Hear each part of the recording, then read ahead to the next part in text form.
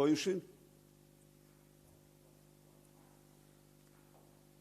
si që pat me dishpitar një proces fundë krye i kontroluar dhe i manipuluar. Merë këte.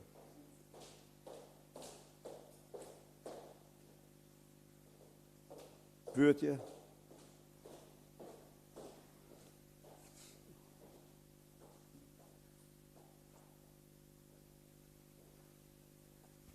Zoti Berisha, kam dy pyetje. Pyetja e parë, në fjalën tuaj ju deklaruat se qytetarët shqiptar, ata që janë diasporë dhe këta në Shqipëri, duhet bëhen gati për të përballur me betejë kundër qeverisë. Ju tashmë jeni i bindur se do të nisni valën e protestave, çfarë do të ndodh pas denoncimeve për farsën elektorale? Pyetja e parë. Pa asnjë ndyshje, do nisin të gjitha format e domosdoshme të protestave në Shqipëri dhe në botë. Por, kjo është faza e dokumentimit,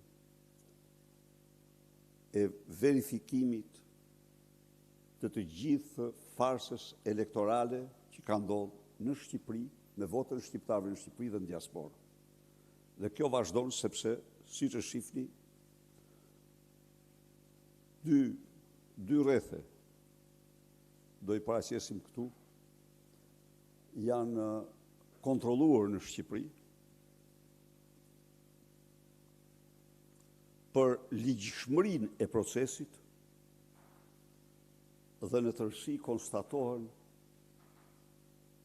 manipulime, përçudnira, fakte që te kalojnë dhe imagjinatat njerëzore.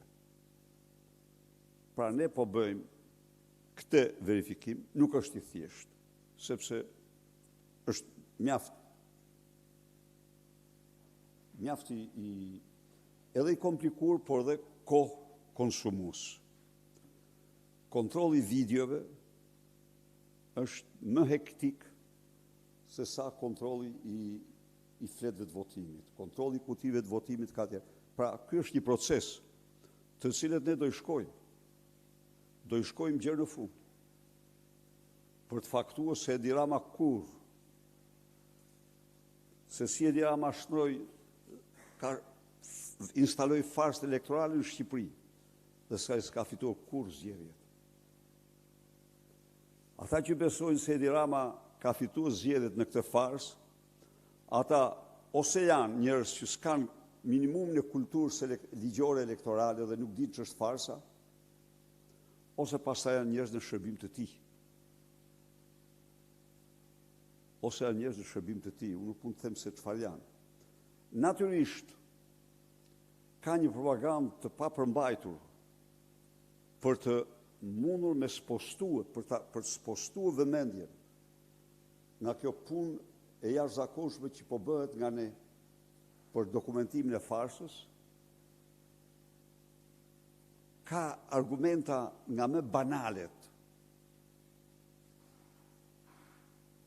që as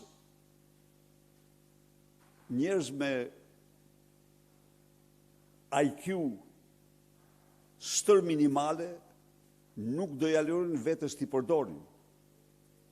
Mirë po paraja, pagesat, interesat kriminale i bëjnë që ata të nxjerrin çdo lloj pseudo argumenti, pseudo banaliteti, se nëse ti flet, mund të flasish për zgjedhje, kur shef se çfarë është bërë me votën e mbi 300.000 shqiptarëve,